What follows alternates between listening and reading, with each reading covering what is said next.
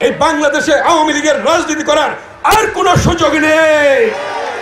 শেখ হাসিনা তার গোষ্ঠী সহ পালিয়ে গিয়েছে বাংলাদেশের মাটি থেকে।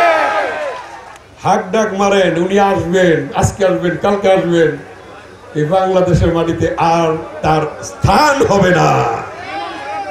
বেগম খালেদা জিয়া তো পালিয়ে যাননি, বলেছেন এই দেশের মাটিতে থেকে যদি আমার মৃত্যু হয় আমি এই দেশেই থাকবো। 111 চলে যেতে বলছিলেন, গেছেন?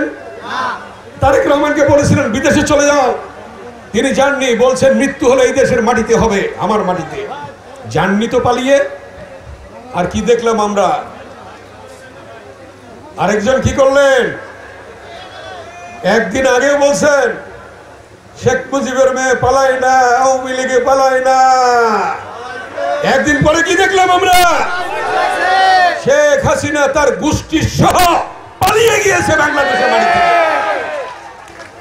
ঠিক কিনা? এই পালানোর কথা তো তার ছিল না, সে তো উচ্চস্বরে বলেছিলেন। কেন দৌড়ে পালালেন? কারণ তার ভিতরে ভয়, হাজার হাজার ছাত্র জনতাকে হত্যা করেছে, গুম করেছে, নেতৃবৃন্দকে, 57 জন সেনা কর্মকর্তাকে হত্যা করেছে। সে জানে সে যদি থাকে তার বিচার হবে। বিচার হলে কি হবে? ফাঁসি হবে। এই বাংলার মাটিতে তার এবং তার দূষরদের, শেখ হাসিনা এবং শেখ হাসিনার দূষরদের এই বাংলাদেশের মাটিতে আইন অনুযায়ী, বিচার অনুযায়ী কেউ রক্ষা করতে পারবে না। সানশাইন আটা ময়দা সুজি, ভালোবাসায় তৈরি। এই জন্যই এই সরকার ছাত্রলীগের রাজনীতি বন্ধ করে দিয়েছে, সন্ত্রাসীদের, আওয়ামী লীগের রাজনীতি বন্ধ করে দিয়েছে, নির্বাচন কমিশন তাদের নির্বাচন বন্ধ করে দিয়েছে। এই বাংলাদেশে আওয়ামী লীগের রাজনীতি করার আর কোনো সুযোগ নেই।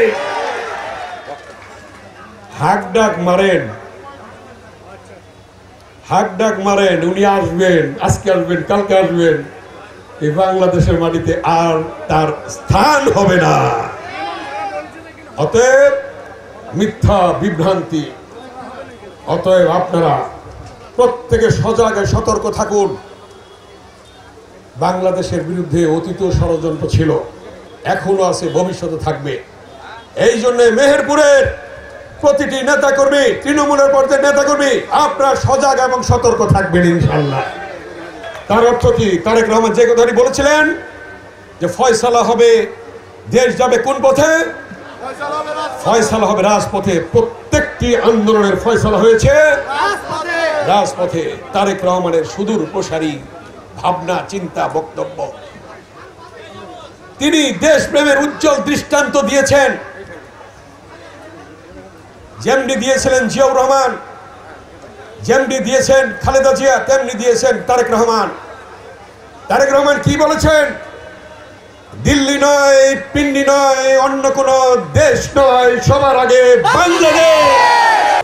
দেশ প্রেমের উজ্জ্বল দৃষ্টান্ত, সবার আগে বাংলাদেশ, আর কেউ না।